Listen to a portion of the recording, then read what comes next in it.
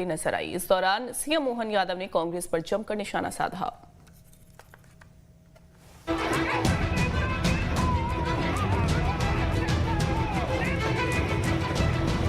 मध्य प्रदेश में होने वाले उपचुनाव को लेकर बीजेपी ने पूरी ताकत झोंक दी है। विजयपुर से बीजेपी प्रत्याशी रामनिवास रावत ने अपना नामांकन दाखिल कर लिया है। नामांकन रैली में बीजेपी का शक्ति प्रदर्शन देखने को मिला। नॉमिनेशन से पहले तहसील कार्यालय तक मेगा रोड शो निकाला गया। इस रैली में सीएम मोहन यादव समेत कई दिग्गज नेता मौजूद रहे। इस दौरान न्यूज स्टेट से बात करते हुए सीएम मोहन यादव ने विजयपुर सीट से भारी मतों से जीत का दावा किया। जनता का अपार उत्साह उमंग हमारे सबके लिए सौभाग्य की बात है। परमात्मा की कृपा से जबरदस्त माहौल बना हुआ है। रामनिवास रावत जी को लेकर के भारतीय जनता पार्टी के प्रत्याशी एक के बाद एक बड़ी सौगात दी विजयपुर की जनता को। जनता का रुझान क्या लग रहा है सर? जनता का रुझान भाजपा के साथ है। जनता विकास पसंद करती है। मुझे संतोष है कि जनता इस बात को पसंद करती है।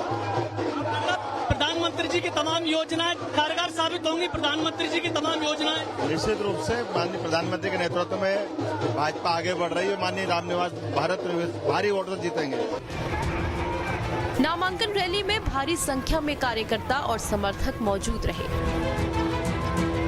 जनसभा को संबोधित करते हुए सीएम मोहन यादव ने लाडली बहना योजना को लेकर बड़ा वादा किया। सीएम ने कहा कि आने वाले समय में बहनों को 3,000 रुपए प्रति महीना दिया जाएगा। लाडली बहनों के लिए तो कहना ही क्या है। आज तक कांग्रेस के पेट में मरोड़े छूटते जब भी लाडली बहना की नाम निकलती है, उन्हें तो कोड़ी भी दी नहीं कभी। वो आगे बढ़े नहीं।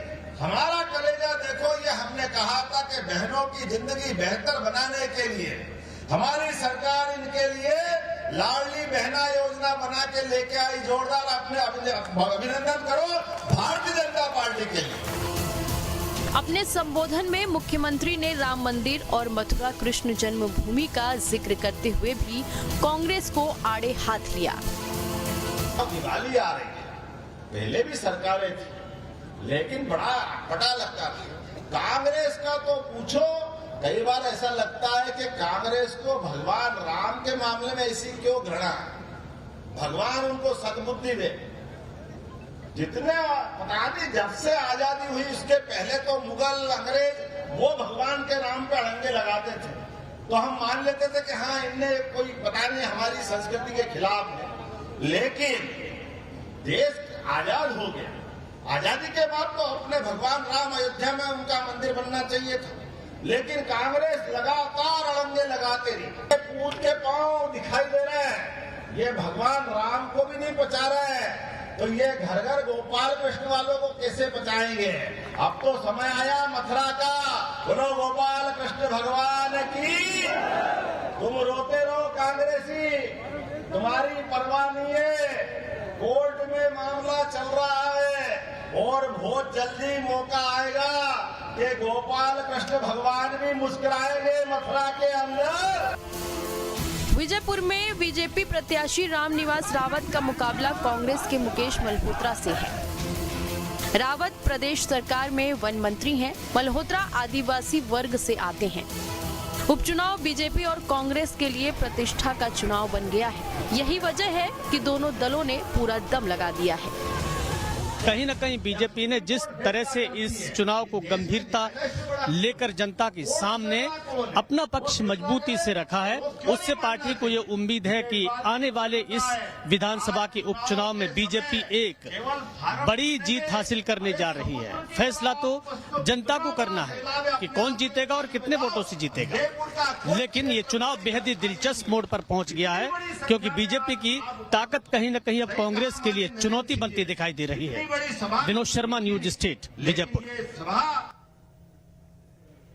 एमपी में उपचुनाव की लड़ाई गहराती जा रही है। बुधनी से बीजेपी उम्मीदवार रमाकांत भार्गव ने अपना नामांकन दाखिल कर दिया है, तो उधर विजयपुर में कांग्रेस के प्रत्याशी मुकेश मल्होत्रा ने नामांकन दाखिल किया।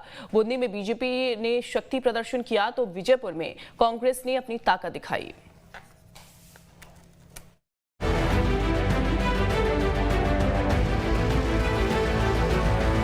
मध्य प्रदेश में उपचुनाव का रण भीषण हो चुका है। बीजेपी और कांग्रेस जनता के बीच अपनी अपनी ताकत का एहसास करा रहे हैं। बुधनी में बीजेपी ने शक्ति प्रदर्शन किया है तो विजयपुर में कांग्रेस ने अपना दम दिखाया है और दोनों पार्टियों ने जीत के अपने अपने दावे कर दिए हैं। पहले बात करते हैं बुधनी की। शुक्रवार को बीजेपी के प्रत्याशी रमाकांत भार्गव ने नामांकन किया है।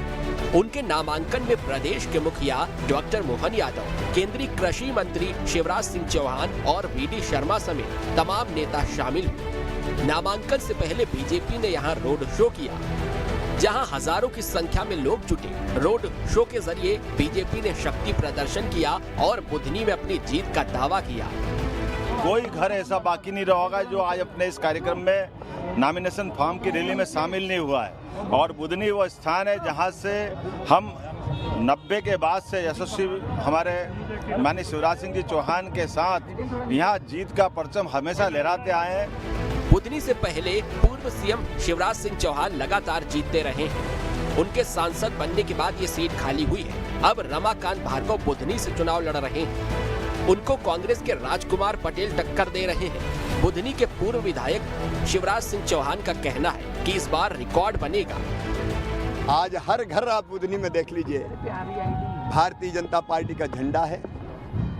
जनता के मन में प्रचंड उत्साह है, असीम उत्साह, और ऐतिहासिक वोटों से अब तक के सारे रिकॉर्ड तोड़ के रमाकांत जी भारतीय जनता पार्टी की विजय का संकल्प है।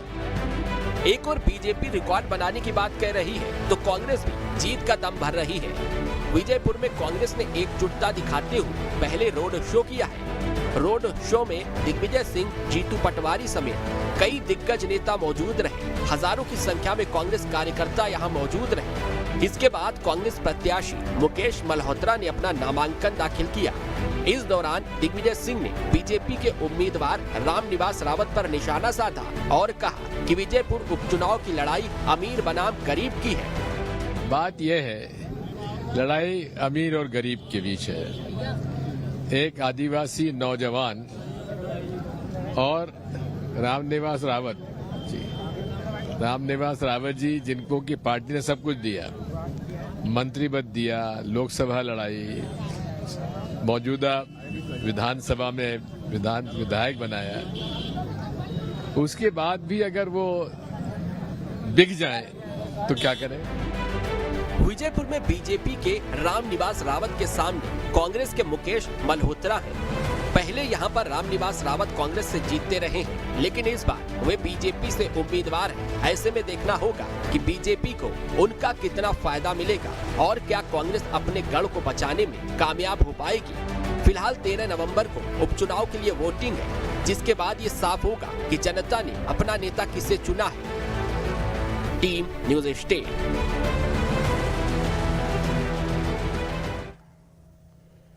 चाचा दिग्विजय और भतीजे कार्तिकेय के बीच छिड़ी बयानबाजी की जंग से उपचुनाव की राजनीति में तड़का मार दिया है। दिग्विजय सिंह ने शिवराज सिंह चौहान के बेटे कार्तिकेय के एक बयान को लेकर सियासी सबक देने की कोशिश की तो इस पर कांग्रेस बीजेपी के बीच बयानबाजी तेज हो गई।